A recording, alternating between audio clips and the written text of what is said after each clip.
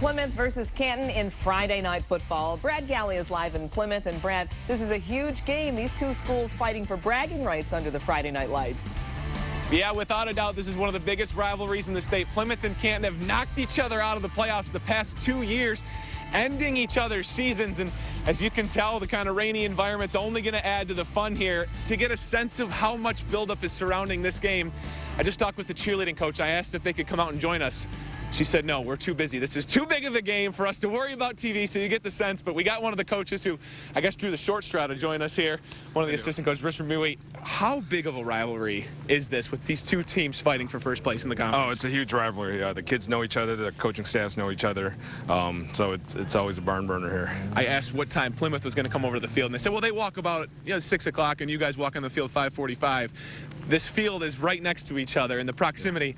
These kids know each other. Yeah. Can you sense a different buzz around this game this week? It is. I mean, you can feel it throughout the school. The kids, the kids are dressed up and they're pumped. Not just the football players, but everybody.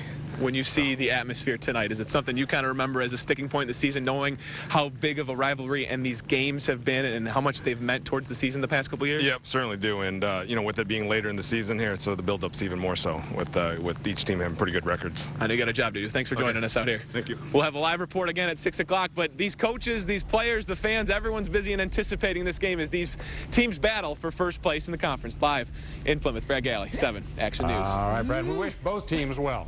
Maybe the best team wins. You can feel that rivalry brewing. Well, it's Plymouth-Canton, and so when Plymouth and Canton play each other, it's got to be big. All right, Brad, thanks.